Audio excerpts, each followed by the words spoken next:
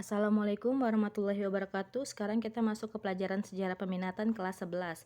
Ini materi yang akan kalian pelajari selama 1 semester ke depan. Oke, kita masuk ke bab pertama, yaitu tentang Perang Dunia dan juga pengaruhnya terhadap kehidupan politik global. Sebelumnya, yang harus kalian ketahui, sejak ratusan tahun yang lalu, hampir seluruh wilayah dunia ini dikendalikan oleh negara Eropa, khususnya negara Inggris dan Prancis. Jadi dua negara ini adalah dua negara besar yang pernah menguasai dunia. Namun, keadaan ini berubah sejak awal abad ke-20, di mana sejak kita memasuki abad ke-20, yaitu tahun 1914, ini terjadi yang namanya Perang Dunia Pertama. Perang Dunia Pertama ini dikenal juga dengan sebutan Great War ataupun War to End All Wars. Di mana Perang Dunia ini dianggap sebagai peristiwa besar yang mampu mengubah kehidupan politik masyarakat dunia. Jadi kalau dulu dunia dikuasai oleh Inggris dan Prancis, namun dengan adanya Perang Dunia Pertama, ini semua sudah berubah. Oke, kita mulai dari penyebab adanya Perang Dunia. Oke, beberapa latar belakang Perang Dunia. Yang pertama adalah ketidakstabilan politik wilayah Balkan. Oke, ini adalah peta negara-negara Balkan ya. Jadi di Balkan itu adalah sebuah wilayah di mana di dalamnya terdapat banyak negara.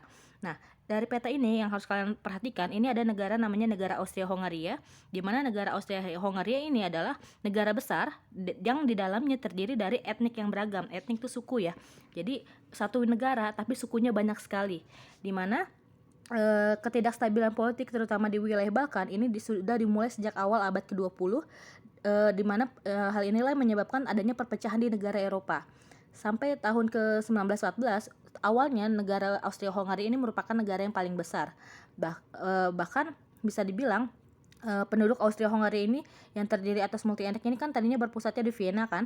Nah, mereka ini mulai melakukan yang namanya penuntutan atas kemerdekaan mereka atau untuk kemerdekaan suku mereka sendiri. Jadi mereka merasa kenapa kita mesti gabung ke dalam negara Austria-Hongaria padahal kan kita sukunya beda-beda.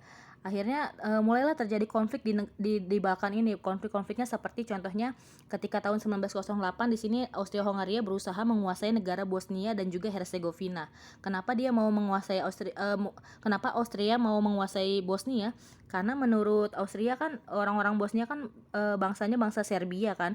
Ya udah, sedangkan di negara Austria itu ada juga orang Serbianya. Jadi kenapa nggak disatuin aja? Nah, inilah yang akhirnya menuntut ketika Austria ingin menguasai Bosnia, inilah yang akhirnya mendapat tantangan dari berbagai negara lain seperti negara Serbia dan juga negara Rusia. Mereka menentang adanya pengambil alihan wilayah kekuasaan seperti itu. Jadi istilah kayak penjajahan, tapi penjajahannya di wilayah Eropa. Nah, akhirnya tadinya banyak negara yang tidak mendukung kebijakan Austria ini. Namun akhirnya Serbia dan Rusia ini mulai melunak ketika akhirnya negara Austria yang tadinya mau menguasai Bosnia ini justru malah dikuasai oleh Jerman. Jadi dia tadi mau menguasai Bosnia, malah dia sendiri yang dikuasai oleh Jerman. Lalu selanjutnya ada juga pertikaian antara negara-negara Balkan sama Turki. Jadi negara-negara Balkan ini atau Liga Balkan ini yang terdiri dari Bulgaria, Serbia, Yunani sama Makedonia. Ini mereka menyatakan perang terhadap Turki dan ini disebut dengan Perang Balkan Pertama. Jadi negara-negara ini berusaha menyatukan kekuatan untuk menguasai wilayah lain di sekitarnya. Makanya ketika adanya Perang Balkan Pertama, wilayah Turki banyak kehilangan wilayah kekuasaan, terutama di wilayah di semenanjung Balkan. Jadi perang-perang seperti inilah yang menyebabkan akhirnya Balkan tuh sering sekali terjadi yang namanya peperangan. Sampai hingga akhirnya tahun 1913, akhirnya Serbia menyatakan perang terhadap Bulgaria. Akibatnya Bulgaria banyak kehilangan wilayah. Nah, selanjutnya bulan Juni 1914, wilayah Balkan ini bisa dianggap sebagai salah satu wilayah yang paling labil karena selalu muncul persaingan antar masyarakat dari berbagai etnik dan juga ras yang berbeda. Oke, kita masuk yang kedua. Faktor yang kedua, adanya persaingan di negara-negara Eropa. Oke, pertama persaingan ekonomi. Dalam hal ekonomi, negara maju di Eropa itu ada Inggris, Jerman, Prancis, dan Italia dan juga Belanda, di mana mereka itu bersaing dalam hal pembangunan industri. Sejak awal abad ke-20, Inggris ini merupakan negara industri terbesar di Eropa. Hal inilah yang membuat Jerman merasa tersaingi dan dia ingin menyaingi kegiatan industri di Inggris. Akhirnya terjadilah persaingan antara negara-negara besar tersebut untuk mencari bahan baku dan juga daerah pemasaran. Jadi persaingannya adalah persaingan untuk mencari daerah bahan baku dan juga daerah pemasaran. Nah, usaha untuk memperluas jajahan, jadi kan, bagaimana cara mencari daerah yang menghasilkan bahan baku dan juga daerah pemasaran, otomatis mereka harus mencari daerah jajahan baru. Nah, usaha untuk memperluas daerah jajahan ini akhirnya menimbulkan sengketa antara negara-negara Eropa. Misalnya, ada perebutan wilayah Afrika Utara antara Italia dan Prancis. Lalu selanjutnya ada perebutan wilayah Balkan antara negara Austria dan juga Rusia. Ada perebutan wilayah Timur Tengah antara negara Jerman dan Inggris. Persaingan ini tadinya memang hanya di bidang ekonomi, namun akhirnya berkembang menjadi persaingan politik. Nah, persaingan tersebutlah yang akhirnya menyebabkan adanya peperangan antar negara Eropa. Kita sambung ke persaingan di bidang senjata dan juga angkatan militer. Sejak tahun 1906, Inggris ini bisa dibilang berhasil membuat kapal perang terbesar di dunia. Namanya adalah kapal Dreadnought. Ini adalah kapal perang terbesar. Nah, kapal perang ini terbuat dari baja dan juga tenaga uap.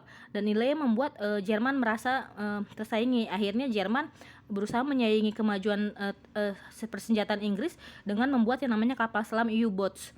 Jadi kapal selam ini dianggap mampu menentang hegemoni kekuatan laut Inggris, karena kan dulu yang terkenal dengan kekuatan angkatan lautnya ada kan Inggris, tapi di sini Jerman berusaha menyaingi dengan membuat yang namanya kapal selam U-boats. Sebenarnya peperangan antara atau persaingan militer antara negara Eropa yang sudah berlangsung lama ya, sejak awal abad ke-18, di mana tahun 1805 ini Inggris sebenarnya sudah dari dahulu berusaha mengalahkan Prancis dalam pertempuran Trafalgar. Dalam pertempuran itu, angkatan laut Inggris atau angkatan laut kerajaan Inggris ini menjadi armada terkuat di dunia.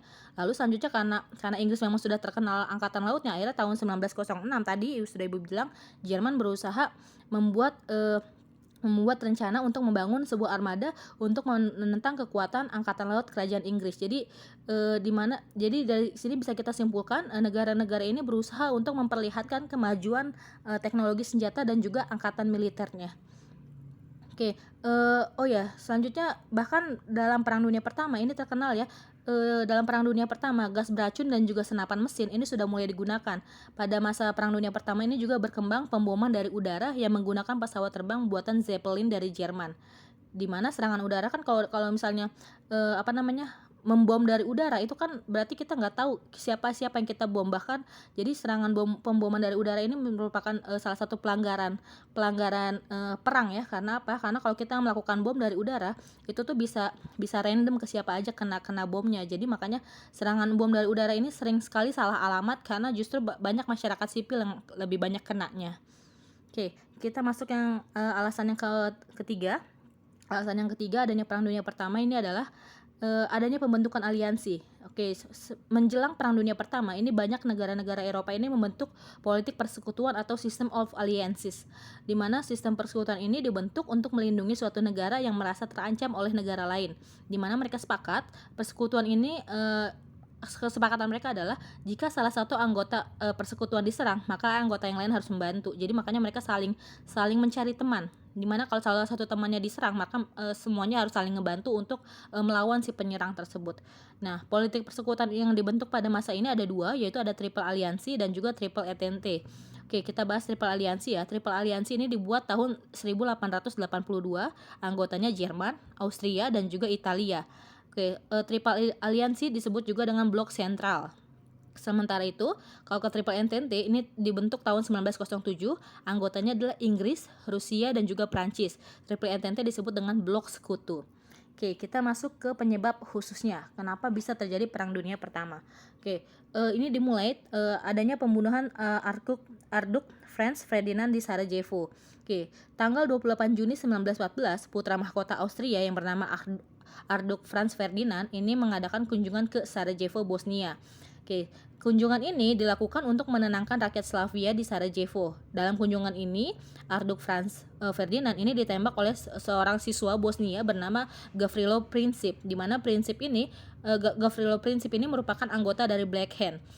Black Hand siapa? Black Hand ini adalah salah satu kelompok nasionalis Serbia. Tadi kan sudah Ibu bilang ya, Austria ini berusaha untuk menguasai Bosnia, tapi di sini Serbia tidak terima. Nah, selanjutnya Dari hasil penyelidikan pemerintah Austria, pembunuhan tersebut telah direncanakan dengan rapi. Bahkan, penyelidikan pemerintah Austria juga menyimpulkan adanya keterlibatan dari pemerintah dan juga militer Serbia dalam aksi pembunuhan tersebut. Jadi bayangin aja, masa seorang siswa bisa ngebunuh seorang putra mahkota kalau nggak ada yang nge-backing dia gitu. Ternyata dari penyelidikan ada yang nge-backing dia adalah justru pemerintah Serbia sendiri yang membacking pembunuhan tersebut. Oke, selanjutnya tanggal 23 Juli 1914, Menteri Luar Negeri Austria Leopold von Bredstroth ini mengeluarkan ultimatum yang isinya yang pertama, pemerintah Serbia harus menindak semua gerakan anti-Austria di Serbia dan juga memecat pejabat-pejabat yang dinyatakan bersalah. Yang kedua, pejabat Austria ini diizinkan membantu gerakan penindasan kaum pemberontak dan menjatuhkan hukuman kepada orang-orang yang terlibat pembunuhan Archduke Franz Ferdinand. Tanggal 28 Juli 1914, Austria ini akhirnya menyatakan perang terhadap Serbia. Pernyataan perang Austria ini mendapat dukungan dari Jerman. Sementara itu, Serbia mendapat bantuan dari Rusia. Jadi kalau Austria ini dibantu oleh Jerman, Serbia dibantu oleh Rusia. Tanggal 29 Juli 1914, Tsar Rusia Nikolai II ini memerintahkan pasukannya untuk membantu Serbia melawan Austria dan Jerman. Akhirnya keterlibatan Rusia dalam membantu Serbia menyebabkan Jerman menyatakan perang terhadap Rusia sejak 1 Agustus 1914. Sejak itulah mulai namanya Perang Dunia Pertama. Oke, proses Perang Dunia Pertama kita bahas di video selanjutnya. Wassalamualaikum warahmatullahi wabarakatuh.